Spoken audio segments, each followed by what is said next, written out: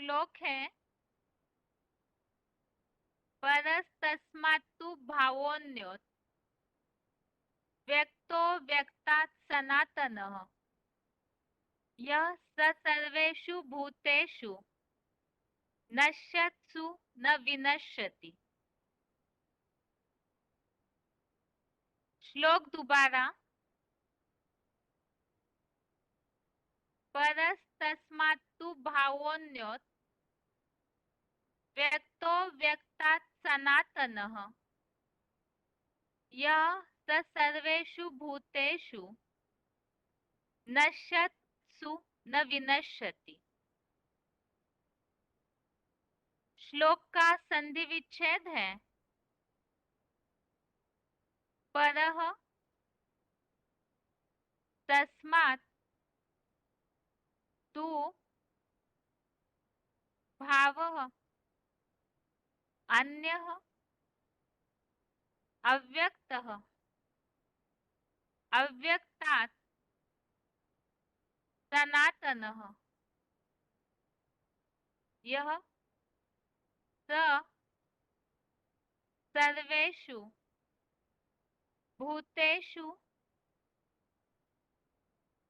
नश्यत्सु न विनश्यति। संधि विच्छेद दोबारा। परः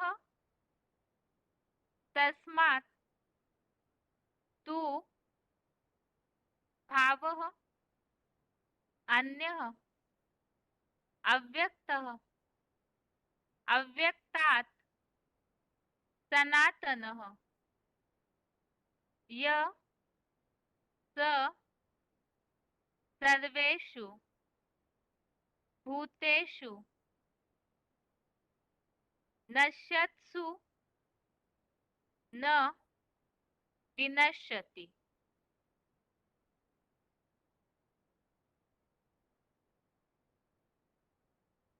शब्दों के अर्थ है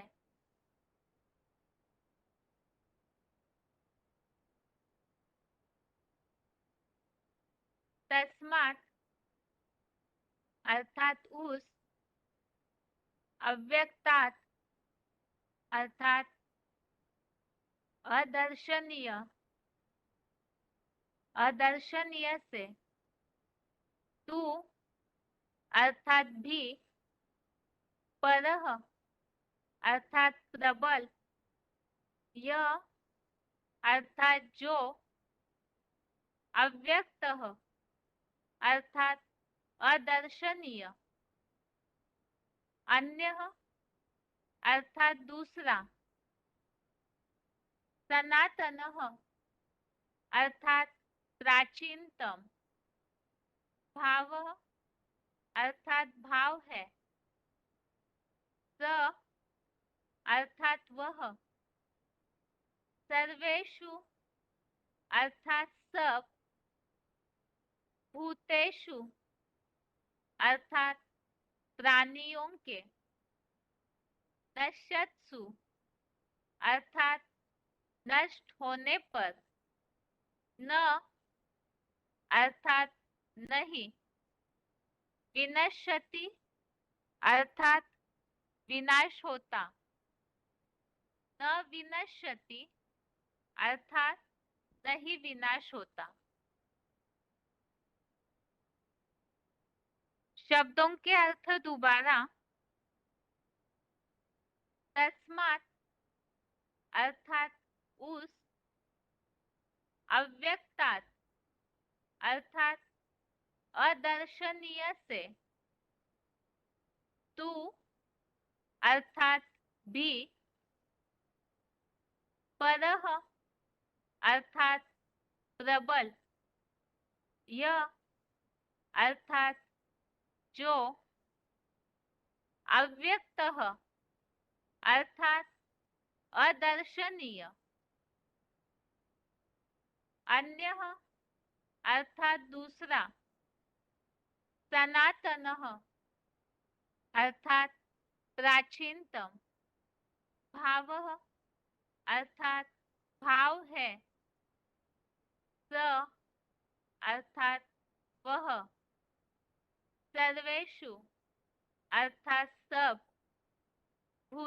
प्राणिषु अर्थात प्राणियों के, नश्यत्सु अर्थात नष्ट होने पर, न अर्थात नहीं, विनश्यति अर्थात विनाश होता, न विनश्यति अर्थात नहीं विनाश होता।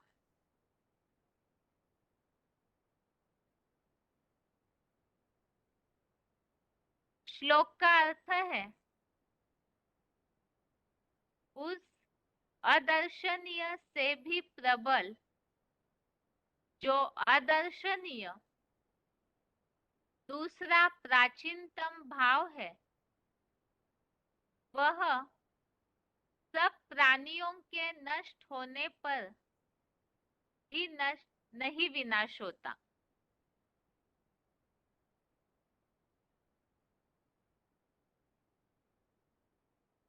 इसके पहले के श्लोकों में जैसे 18 और 19वें श्लोक में जो बात चल रही थी प्राणियों का इस सृष्टि पर आने जाने के क्रम संबंधित, जो बात आई कि रात्रि अंत में सब उस अव्यक्त धाम में लीन हो जाते हैं और फिर दिन आने पर प्रकट हो जाते हैं,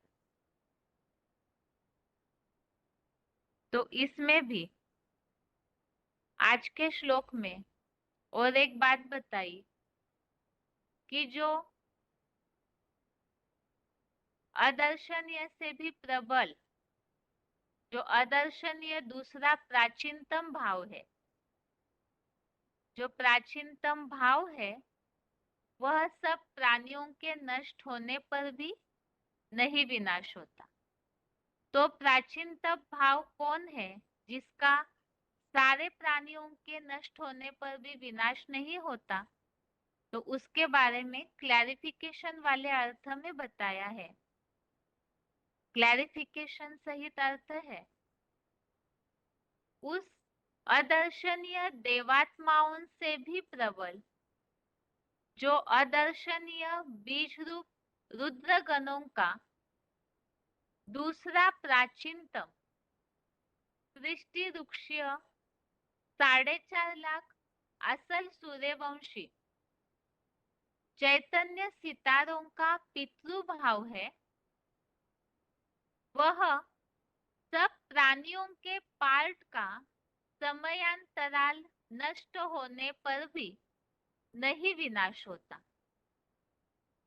तो यहाँ ये बात बताई कि ये जो बीज रूप रुद्रगणों का दूसरा प्राचीनतम सृष्टि वृक्ष 4.5 लाख असल सूर्यवंशी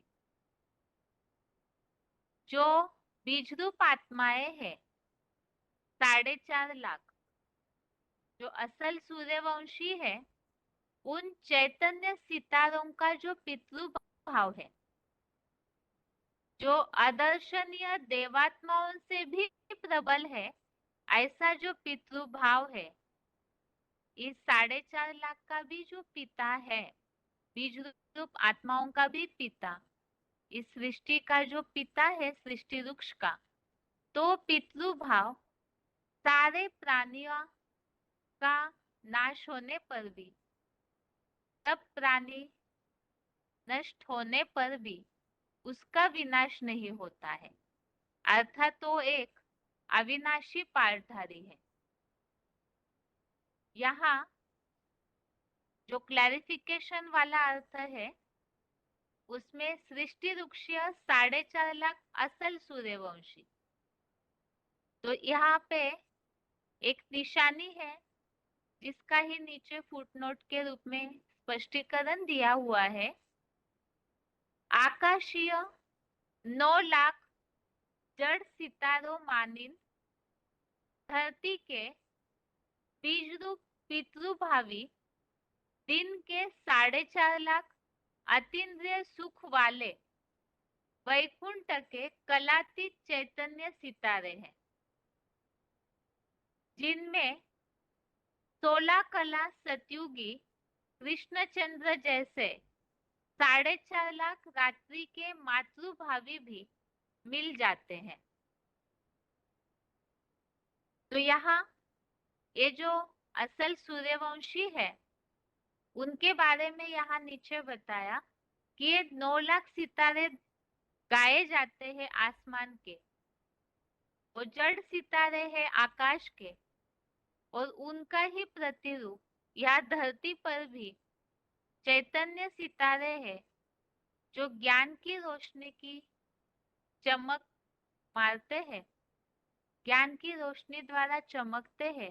तो उन 9 लाख सितारों का जो चैतन्य सितारे हैं उनके बारे में यहाँ बताया कि वो धरती के बीजरूप पितृभावी दिन के 4.5 लाख अतीन्द्रिय सुख वाले वैकुंठ के कलातीत चैतन्य सितारे हैं, अर्थात जो स्वर्णिम संगम युग में विनाश के पहले जो ऐसा वैकुंठ लोकीय स्वर्गीय संगठन संगम युग में स्थापित होता है, तो उसमें अतीन्द्रिय सुख भोगने वाले ये 4.5 लाख चैतन्य सितारे हैं, जिन्हें बताया कि वो धरती के बीजरूप पितृभावी सितारे हैं, बीजरूप आत्माएं हैं वो, और उनमें सतयुगी कृष्णचंद्र जैसे जो राधा कृष्ण वाली आत्माएं हैं जो सतयुग का पहला पत्ता बनती है, तो उनके जैसे ही जो जनरेशन है 4.5 लाख आत्माएं जो सतयुग की फर्स्ट जनरेशन बनती है, तो वो 4.5 लाख रात्रि के मातृभावी भी मिल जाते हैं। तो ऐसे टोटल 9 लाख सितारों के लिए यहाँ बताया है। श्लोक संबंधित जहाँ यहाँ विनाश न होने की बात आई हुई है, तो इसी संबंधित गीता में जहाँ अन्य अध्यायों में उल्लेख आया हुआ है, तो उन श्लोकों को रेफरेंस श्लोक के रूप में देखते हैं।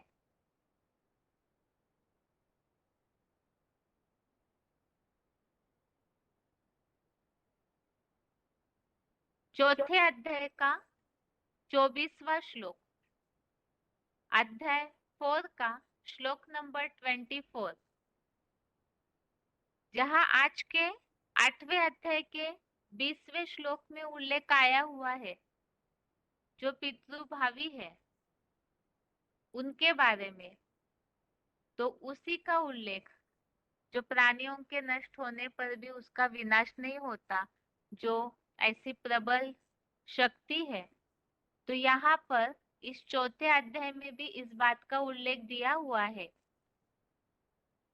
उस महत ब्रह्म ज्ञान से भरपूर इस सृष्टि में संपन्न, जो यहाँ 8वें अध्याय के 20वें श्लोक का ये रेफरेंस दिया है कि वो ब्रह्मलोक ही गंतव्य है, तो वो जो पितृभाव है वही वास्तव में जो इस सृष्टि का चैतन्य परम धाम बनता है, ब्रह्मलोक ही गंतव्य बताया, जो अविनाशी है, और वही इस सृष्टि का जो पिता है, परम ब्रह्म है, तो वो ऐसी हिरण्यगर्भ जैसी स्टेज धारण करने वाला है, और वो पितृभाव अविनाशी भी है। आगे है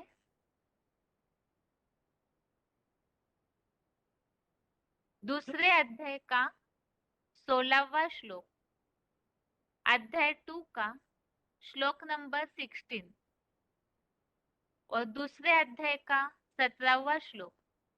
यहाँ पहले तो 16वें श्लोक में जो उल्लेख आया हुआ है, सत्य का अभाव नहीं होता है, जैसे असत का अस्तित्व नहीं, वैसे सत्य का कल्पांतकारी महाविनाश में अभाव नहीं होता। जैसे सृष्टि बीज महादेव आदम देह से भी सदा काल है और रहेगा, तो जो 8वें अध्याय के 20वें श्लोक में उल्लेख आया हुआ है, सब प्राणियों का समयांतराल में नाश होने पर भी, वो नष्ट होने पर भी उसका विनाश नहीं होता है जो पितृभाव है। और इसी बात का उल्लेख यहाँ बताया कि कल्पांतकारी महाविनाश में जो सत्य है उसका अभाव नहीं होता, तो सत्य अर्थात यहाँ किसी व्यक्ति विशेष की तरफ इशारा किया है कि जो सृष्टि का बीज महादेव आदम है। भक्ति मार्ग में भी जिन्हें मृत्युंजय के नाम से, अमरनाथ के नाम से जाना जाता है, तो अमर बने कैसे? तो महाविनाश के समय भी वो देह से भी सदाकाल रहते हैं, भल सब प्राणी नष्ट हो जाए। और इसी संबंधी दूसरे अध्याय के 17वें श्लोक में, अध्याय 2 का श्लोक नंबर 17 में इस बात का उल्लेख आया हुआ है कि जिस मानवीय सृष्टि वृक्ष के बीच महादेव द्वारा यह सारा अश्वत्थ नामक सृष्टि वृक्ष फैला है, उसको तो अविनाशी जान। इस अविनाशी जगत पिता स्वरूप साकार बीज का विनाश करने में कोई भी समर्थ नहीं है। कल्पांत में अर्थात कल्प के अंत में जो महाविनाश होता है, जो श्लोक नंबर 16 में उल्लेख किया है क्लैरिफिकेशन वाले अर्थ में, ऐसे कल्पांत में भी वह अकाल मूर्त है, अर्थात उसकी मूर्ति, मूर्त अर्थात साकार, तो उस मूर्ति को जो साकार व्यक्तित्व है उसे काल विनाश के समय भी नहीं खाता, उसका विनाश करने में कोई समर्थ नहीं है। इसी बात का उल्लेख आज के श्लोक में भी आया हुआ है कि उस व्यक्त स्वरूप का वो जो पितृभाव है उसका सब प्राणियों के नष्ट होने पर भी विनाश नहीं होता है। यह आज के श्लोक संबंधित रेफरेंस श्लोक है। और श्लोक में जो मुख्य बातों का उल्लेख है, एक तो 9 लाख सितारों के लिए जो आसमान के जड़ सितारे हैं, उनकी तरह ही यह धरती के 9 लाख चैतन्य सितारे किस तरह से है उसके बारे में बताया। 4.5 लाख जो असल सूर्यवंशी है, जो दिन के सितारे, और उनमें 4.5 लाख जो मातृभावी कृष्ण चंद्र जैसी जो रात के सितारे हैं, वो मिल करके 9 लाख सितारे बनते हैं। और मुख्य बात, जो ऐसी प्रबल अदर्शनीय शक्ति अर्थात जो सूर्यवंशी असल है, उनका जो पितृभाव है उसका विनाश नहीं होता। इन सब बातों को श्लोक संबंधित बहुत सारे VCDs में ऐसे उल्लेख आया हुआ है, तो उसे VCD पॉइंट्स के साथ समझते हैं। लेकिन उसके पहले श्लोक का उच्चारण। परस्तस्मात् भावोऽन्यो व्यक्तो व्यक्तात् सनातनः यः स सर्वेषु भूतेषु नश्यत्सु न विनश्यति। उस अदर्शनीय देवात्माओं से भी प्रबल, जो अदर्शनीय बीजरूप रुद्र गणों का दूसरा प्राचीनतम सृष्टि वृक्षीय 4.5 लाख असल सूर्यवंशी चैतन्य सितारों का पितृभाव है, वह सब प्राणियों के पाठ का समयांतराल नष्ट होने पर भी नहीं विनाश होता। आकाशीय 9 लाख जड़ सितारों मानिंद धरती के बीजरूप सूर्यवंशी दिन के 4.5 लाख अतीन्द्रिय सुख वाले वैकुंठ के कलातीत चैतन्य सितारे, जिनमें 16 कला बाल कृष्ण चंद्र जैसों के 4.5 लाख रात्रि के मातृभावी भी मिल जाते हैं।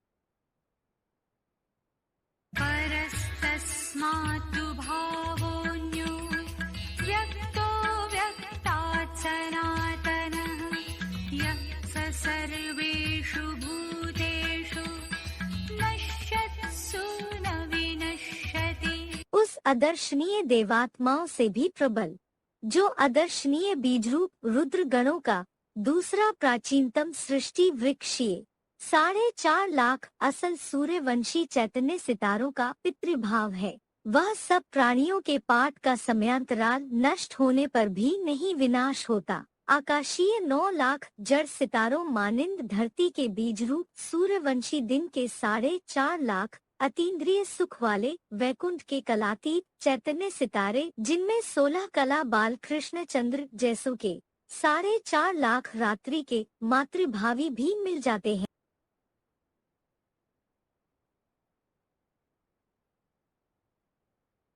आगे है श्लोक संबंधित पॉइंट्स। पहले है VCD number 2372, VCD number 2372 31 minute 31 minutes के बाद से लिया हुआ पॉइंट है 4.5 लाख असल सूर्यवंशी दिन के सितारे प्लस 4.5 लाख रात के सितारे। मनुष्य सृष्टि में जो पहले पहले पत्ते हैं राधा कृष्ण जैसे, उनको जन्म देने वाले फर्स्ट क्लास सूर्यवंशी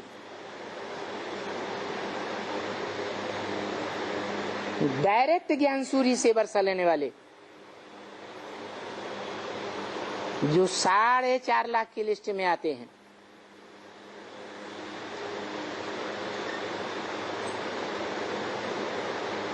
वो ज्ञान सूर्य के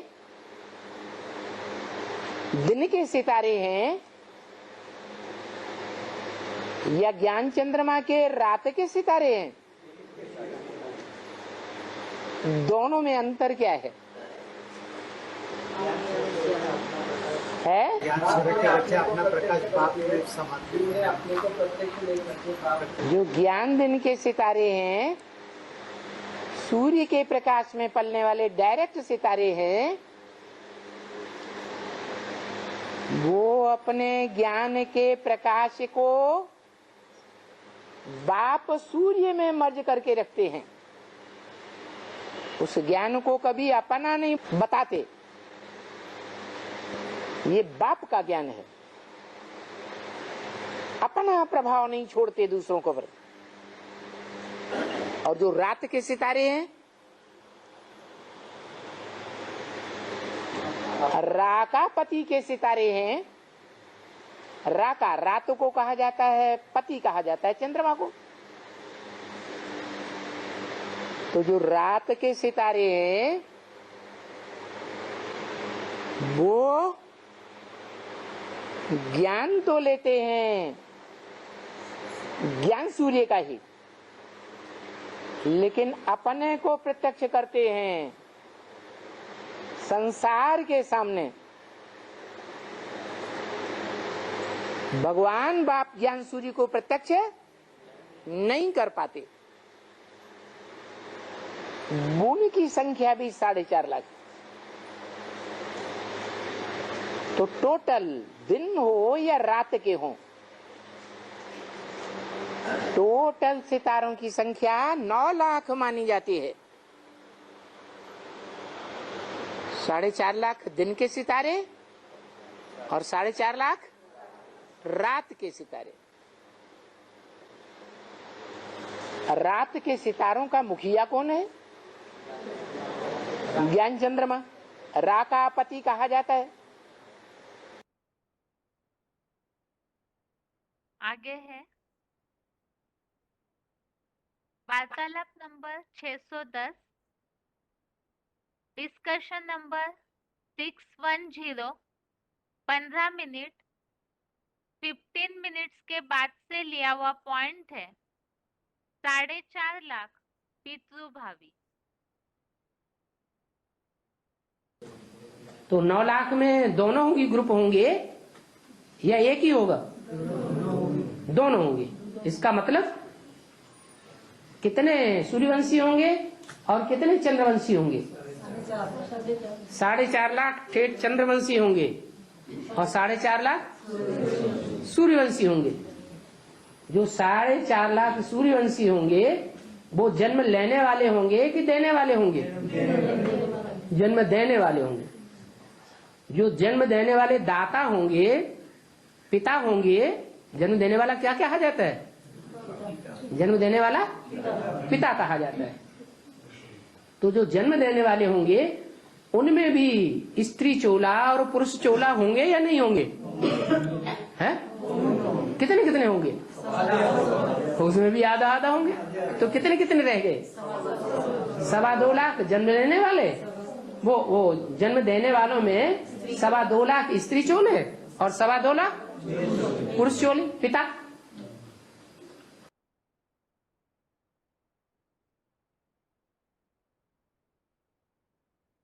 आगे है BCD number 2372, BCD number 2372, 36 minute 36 minutes के बाद से लिया हुआ पॉइंट है। 4.5 लाख अतीन्द्रिय सुख वाले वैकुंठ के चैतन्य सितारे। तो आसमान के जड़ सितारे जो 9 लाख गाए जाते हैं, उनके मानिंद धरती के चैतन्य सितारे भी कितने? 9 लाख गाए हुए हैं।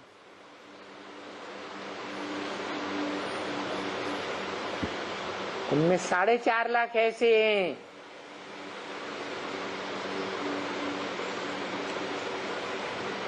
जो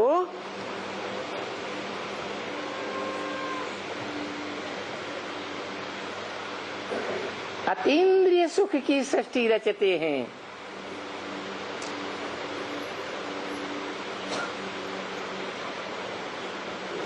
जैसे राधा कृष्ण बच्चे, ये कैसे पैदा होते हैं? मनुष्य सृष्टि के पहले पहले पत्ते जो पहले पहले बाप के घर से आते हैं, वो कौन सी शक्ति से उत्पन्न होते? वाइब्रेशन की शक्ति से उत्पन्न होते। आगे है BCD number 2869, BCD number 2869, 43 minute 43 minutes के बाद से लिया हुआ पॉइंट है।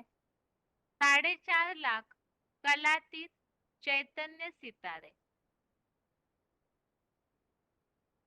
माता पिता तो वो हो सकते हैं जो सतयुग में जन्म लेने वाले से भी ऊंचे बने, उनके माता पिता जन्म देने वाले बने, तो ये नहीं हो सकता है।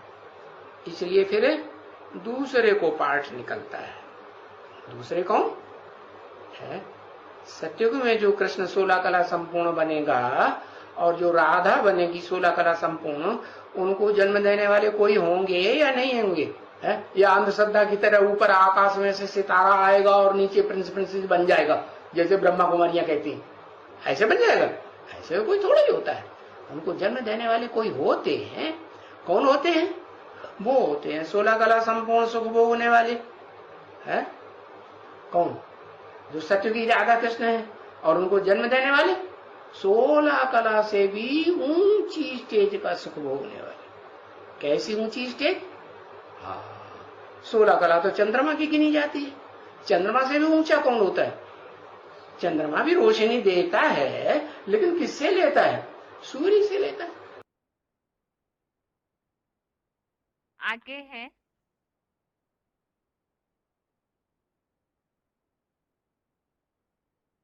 बीसीडी नंबर 2323, बीसीडी नंबर 2323, 1 घंटा 2 मिनट 1 आवर 2 मिनट्स के बाद से लिया हुआ पॉइंट है। 4.5 लाख दिन के सितारों में 4.5 लाख रात के सितारे मिल जाते हैं।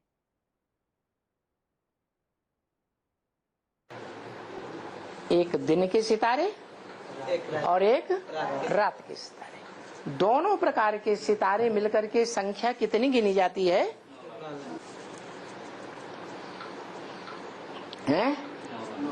9 लाख। कहते हैं रानी का हार भी 9 लाख गाया जाता है? कौन से हार की बात होगी? है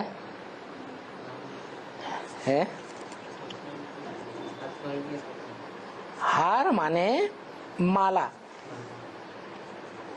वो 9 लाख आत्माएं जो हैं वो माला बनती है उनकी संगम में। 4.5 लाख हैं प्रवेश करने वाली आत्माएं और 4.5 लाख वो हैं जिनमें प्रवेश किया जाता है। इस तरह 9 लाख सितारे हैं जो संगम युगी नारी से लक्ष्मी बनने वाली आत्मा के गले का हार बनते हैं, इसलिए वो 9 लाख हार गाया जाता है। आगे है VCD नंबर 2418, VCD नंबर 2418, 2 घंटा 44 मिनट 2 आवर्स 44 मिनट्स के बाद से लिया हुआ पॉइंट है। 4.5 लाख बीज रूप रुद्रगण। ये सृष्टि रूपी मनुष्य वृक्ष है,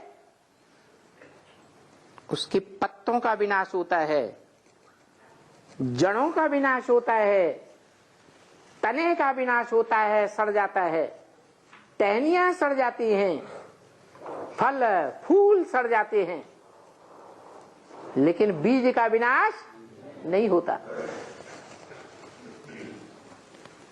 तो वो बीज है 4.5 लाख।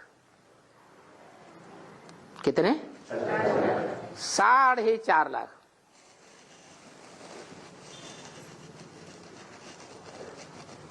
जो 4.5 लाख बीज हैं वो अव्वल नंबर में रुद्रमाला के मणके हैं।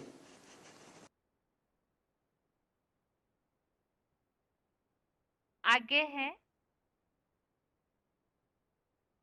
VCD number 1241, VCD number 1241, 31 minute 31 minutes के बाद से लिया हुआ पॉइंट है। 4.5 लाख सितारों का सब प्राणियों के नष्ट होने पर भी विनाश नहीं होता।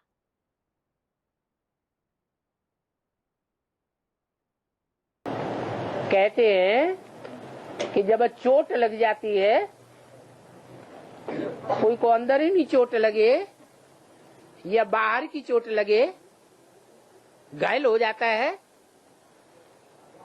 तो दवाइयां उस समय ज्यादा अच्छा असर करती है या जाम हुआ पानी ज्यादा अच्छा असर करता है? बर्फ अच्छा असर करती है। तो इस दुनिया में मनुष्य भी और उनके शरीर सबसे जास्ती घायल कब होते हैं? संगम युग के आदि में घायल होते हैं, क्षत विक्षत होते हैं, या संगम युग के अंत में होते हैं? हैं? जब संगम युग का अंत आता है, जब आत्माएं ज्ञान जल से सात्विक बन जाती हैं, आत्माएं शरीर को छोड़ देती हैं, क्योंकि दुनिया के ज्यादा से ज्यादा शरीर क्षत विक्षत हो जाते हैं, बुरी तरह से टूट फूट जाते हैं। उनमें से भी जो कम सजाएं खाने वाले शरीर हैं, वो कम से कम सजाएं खाने वाले, कम से कम क्षत विक्षत होने वाले शरीर, जिनके सुधरने की गुंजाइश होती है, जीवित रह जाने की गुंजाइश होती है, मृत प्राय से जीवनधारी बन जाते हैं। उनकी संख्या कितनी होती है? अरे कोई 8 बताता, कोई 4 बताता। 4.5 लाख। 4.5 लाख में भी बहुत थोड़े से ऐसे हैं जैसे कहीं भूकंप आते हैं।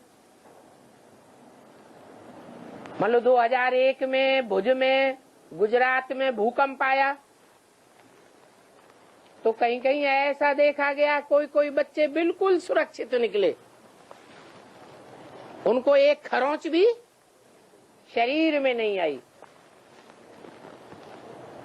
उनकी संख्या परसेंटेज में बहुत कम होती है या ज्यादा होती है? बहुत कम होती है। तो 4-4.5 लाख में से सिर्फ 8 शरीर ऐसे निकलते हैं जो प्रकृति की मार से छत बिच्छत भी नहीं होते।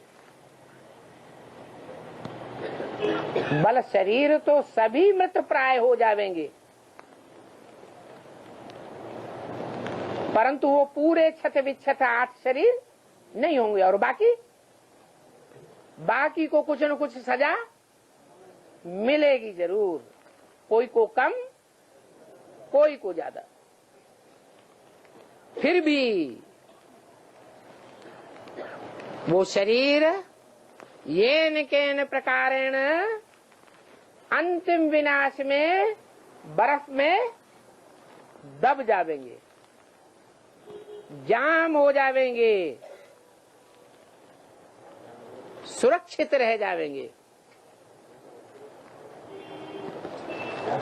और जो टूट फूट हुई है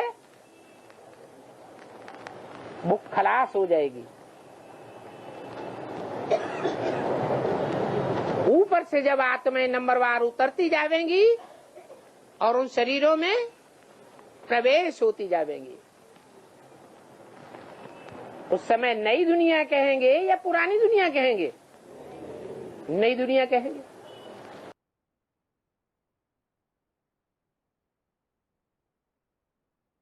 इस तरह से श्लोक संबंधित ये पॉइंट्स हमने समझे कि किस तरह से जो 4.5 लाख है उनका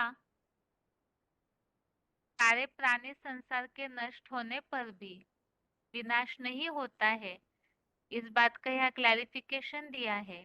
और इसके अलावा जो श्लोक में उल्लेख आया है 9 लाख सितारों का, तो नई दुनिया की शुरुआत में और 9 लाख धरती के सितारे भी किस तरह से एक हो जाते हैं। अभी आगे है श्लोकों की रिवीजन। 5वां अध्याय पिछले क्लास में रिवीजन में पूरा हुआ है, इसलिए आज से 4थे अध्याय की रिवीजन होगी। तो सोमवार श्लोक टेस्ट के हिसाब से श्लोक नंबर है 4थे अध्याय का पहले से लेकर 4थे श्लोक तक, अध्याय 4 श्लोक नंबर 1 से श्लोक नंबर 4 तक, और 8वें अध्याय का 20वां श्लोक, अध्याय 8 श्लोक नंबर 20। पहला श्लोक है 4थे अध्याय का। 4थे अध्याय का नाम है ज्ञान कर्म संन्यास योग, और इसमें सबसे पहले शुरुआत में टॉपिक चल रहा है सगुण भगवान का प्रभाव और कर्म योग का विषय, जो कि 3रे अध्याय में जहाँ लास्टवें श्लोक में ये बात चल रही थी कि जो बुद्धिमानों की बुद्धि है तो उसे पहचान करके काम विकार रूपी शत्रु को मारना है।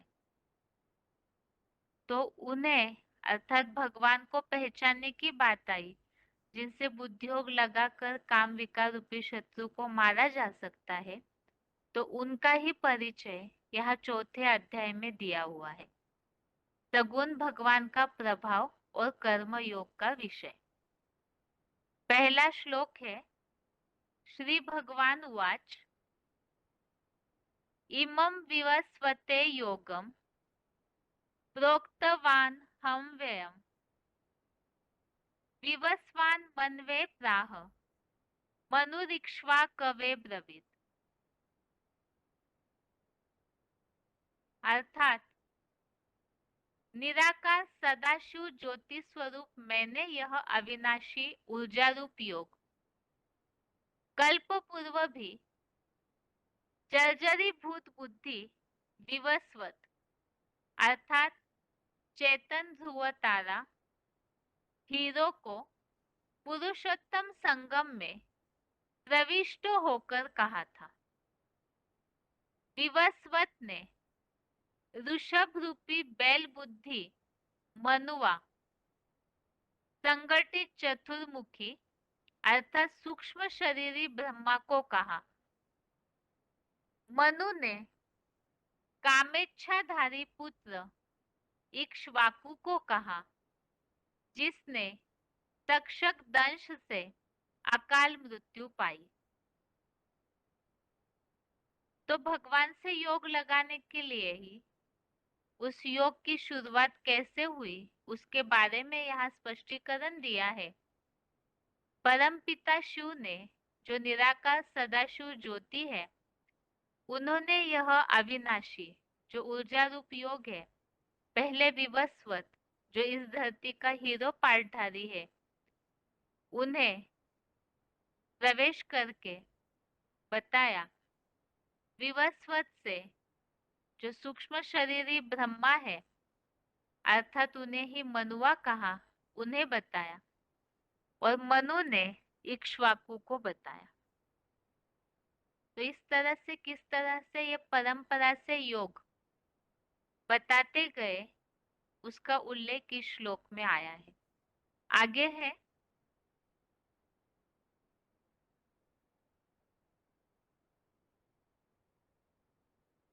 चौथे अध्याय का दूसरा श्लोक,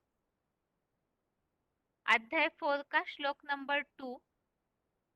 श्लोक है एवं परंपरा प्राप्तम इमं राजर्षयो विदुः स काले नेह महता योगो नष्ट परंतप। अर्थात इस प्रकार परंपरा से प्राप्त इस प्राचीन योग को विक्रमादित्य आदि दाढ़ी मूंछ वाले विकारी राजर्षियों ने द्वापर में जाना। हे शत्रुतापक, वह योग लंबे अर्थात 2500 वर्षीय विदेशी विधर्मी और हिंसक दैत्यों के द्वापर युगी काल से ही यहाँ पापी कलयुग में पूरा नष्ट हो गया। तो पहले श्लोक में किस तरह से वो किसने किसको बताई वो योग की परंपरा ऊर्जा रूप योग उसे बताया। तो ये जो परंपरा से प्राचीन योग बताते गए तो द्वापर युग में विक्रमादित्य जैसे राजाओं ने राजर्षियों ने जाना और फिर द्वापर युग से धीरे धीरे समयांतर में जैसे ही समय बीतता गया तो कलयुग में वो योग प्राचीन राजयोग जो है वो पूरी तरह से नष्ट होता है। तो राजयोग अर्थात तो प्राचीन योग नष्ट हुआ तो उसके परिणाम स्वरूप जो नीचे फुटनोट में दिया है जो कलयुग में वो नष्ट हुआ है तो उसके कारण कलयुग में प्रजातंत्र राज्य की शुरुआत हुई जो कि नीचे फुटनोट में इसका विस्तार दिया हुआ है। पहले संगमी शूटिंग में ब्रह्मर्षियों ने फिर देवर्षियों ने और अंत में द्वैतवादी द्वापुर से विक्रमादित्य जैसे राजर्षियों ने जाना है। अभी राजयोगी सदा स्वाधीन राजाओं का राज्य है या सदा पराधीन प्रजातंत्र राज्य है? पराधीन भिखमंगों का। तो द्वापर युग से जैसे जैसे परंपरा से और राजाई नष्ट होते गई, कलयुग में नष्ट हो गया, तो उसका परिणाम अभी वर्तमान समय में जो पराधीन प्रजातंत्र राज्य की शुरुआत, जिसे कहा है कि भिखमंगों के राज्य की शुरुआत कलयुग अंत में, वो प्रूफ है कि वो प्राचीन युग नष्ट हुआ। और इस श्लोक संबंधित रेफरेंस श्लोक है 9वें अध्याय का दूसरा, अध्याय 9 का श्लोक नंबर 2, जिसमें इस बात का उल्लेख आया हुआ है कि ये राजाओं की राजविद्या है, उत्तम राजाई का रहस्य है, पवित्र है, सर्वोत्तम ज्ञान है, प्रत्यक्ष जाना जाता है, अविनाशी और धर्मानुकूल है। तो ये जो राजयोग की विद्या है, वो जिस तरह से संगमी शूटिंग में बताना शुरू किया, तो वो राजाई की विद्या के बारे में इस श्लोक में उल्लेख है। आगे है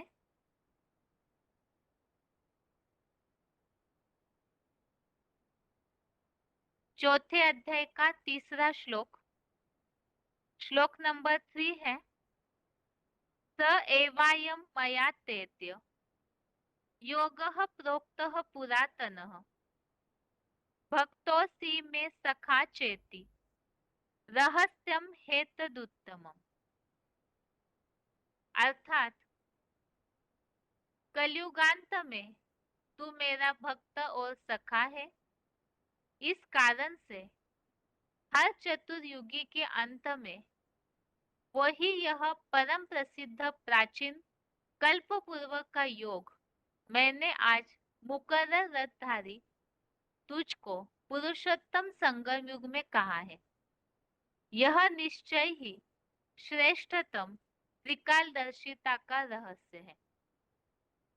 तो परमपिता शिव ने जो सबसे पहले श्लोक में उल्लेख आया, विवस्वत को ये योग बताया, तो वही हीरो है। उन्हीं में प्रवेश करके वो शिक्षा उन्हें दी, राजाई का उत्तम रहस्य बताया, यही त्रिकालदर्शिता का रहस्य बताया। तो उसका कारण इस श्लोक में बताया है कि तू मेरा भक्त और सखा है। तो जिसने जितनी अव्वल नंबर में भक्ति की होगी, तो उनको ही पहले वो ईश्वरीय जो गुह्यते गुह्य ज्ञान है, राजाई का रहस्य है, उसकी प्राप्ति होती है। तो सबसे पहले तो अव्वल नंबर जो मुकर्रर तनधारी अर्जुन है, वो भक्त भी है, सखा भी है। तो इसीलिए पुरुषोत्तम संगम युग में पहले उन्हें ही वो राजाई का रहस्य या वो प्राचीन योग सिखाया जाता है, और कल्प पूर्व भी उन्हें ही पहले बताया। और इस श्लोक संबंधित रेफरेंस श्लोक है चौथे अध्याय का 39वां, अध्याय 4 का श्लोक नंबर 39, जिसमें बताया पूरा श्रद्धावान, सदा प्रयत्नशील, संपूर्ण इंद्रिय दमनशील ही ज्ञान लेता है। श्रद्धावान अर्थात ही भक्ति भावना वाला। जैसे कि पहले अध्याय की शुरुआत में ही हमने इस बात को समझा था, भगवत गीता में अर्जुन एक अव्वल नंबर पाठधारी है, उन्हें भगवान ने गीता ज्ञान बताया है। तो वो तो अर्जुन सारी मानव जाति का एक प्रतिनिधि है। बाकी भगवत गीता तो पूरी मानव जाति के लिए ही बताया हुआ एक शास्त्र है। इस हिसाब से जो भी ऐसे नंबरवार भक्ति करने वाले भक्त है, अर्थात श्रद्धावान होंगे, तो उन्हें ही ऐसे ज्ञान की या इस योग की प्राप्ति होती है। आगे है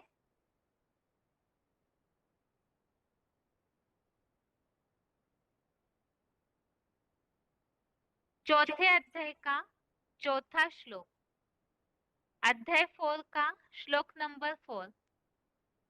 अब भगवान ने तो प्राचीन योग किस तरह से परंपरा से बताया गया, उसका क्या महत्व है और वो किस तरह से कलयुगांत में नष्ट होके पराधीनता वाला राज्य कलयुगांत में दिखाई देता है, उसके बारे में बताया है। तो इसके बाद अर्जुन को जो प्रश्न निर्माण हुआ है, तो अर्जुन ने प्रश्न पूछा है। चौथा श्लोक है, अर्जुन उवाच अपरम भवतो जन्म परम जन्म विवस्वतः कथमेत द्विजानीयाम त्वमादो प्रोक्तवानिति। अर्थात त्रिनेत्री ज्ञान सूर्य विवस्वत का जन्म परम पूर्व काल कल्प के आदि में और आपका जन्म कलयुगांत बाद में अब है, तो आपने चतुर्युगी के आदि काल में हुआ ऐसे कहा, यह कैसे मानूं? यह तो दो विपरीत बातें हो गई।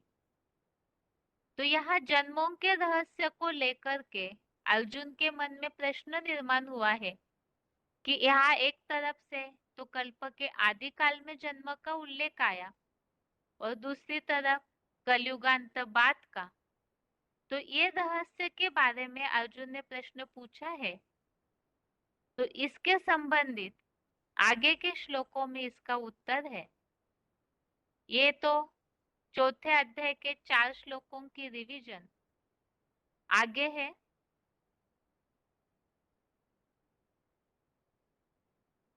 आज का श्लोक 8वें अध्याय का 30वां श्लोक, अध्याय 8 का श्लोक नंबर 20 है।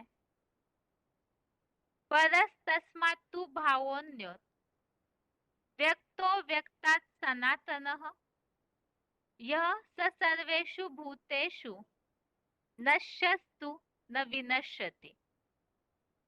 अर्थात उस अदर्शनीय देवात्माओं से भी प्रबल जो अदर्शनीय बीज रूप रुद्रगणों का दूसरा प्राचीनतम सृष्टि वृक्षीय 4.5 लाख असल सूर्यवंशी चैतन्य सितारों का पितृभाव है, वह सब प्राणियों के पार्ट का समयांतराल नष्ट होने पर भी नहीं विनाश होता।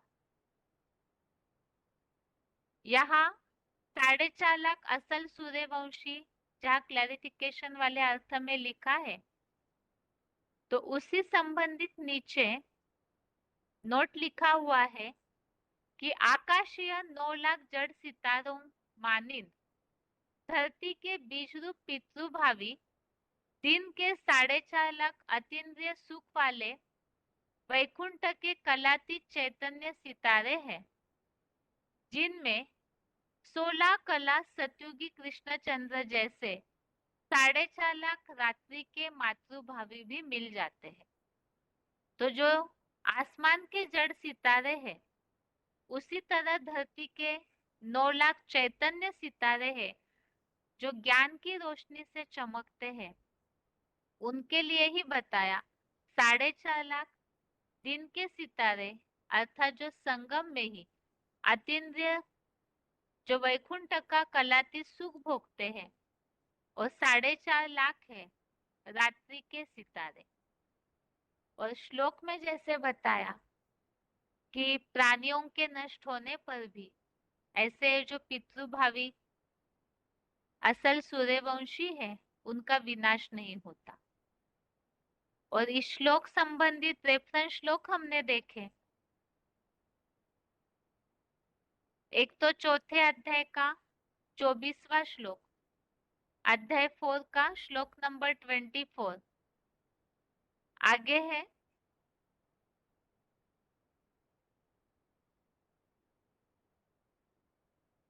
दूसरे अध्याय का 16वां और 17वां श्लोक, अध्याय 2 का श्लोक नंबर 16, 17।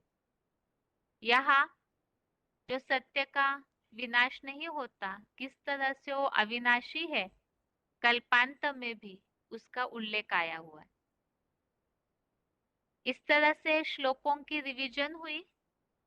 श्लोक टेस्ट के हिसाब से श्लोक नंबर एक बार फिर से, चौथे अध्याय का पहले श्लोक से चौथे श्लोक तक, अध्याय 4 का श्लोक नंबर 1 से श्लोक नंबर 4 तक, और 8वें अध्याय का 20वां अध्याय 8 का श्लोक नंबर 20। इसके साथ ही आज के लिए गीता क्लास यहाँ तक ही। ओम शांति।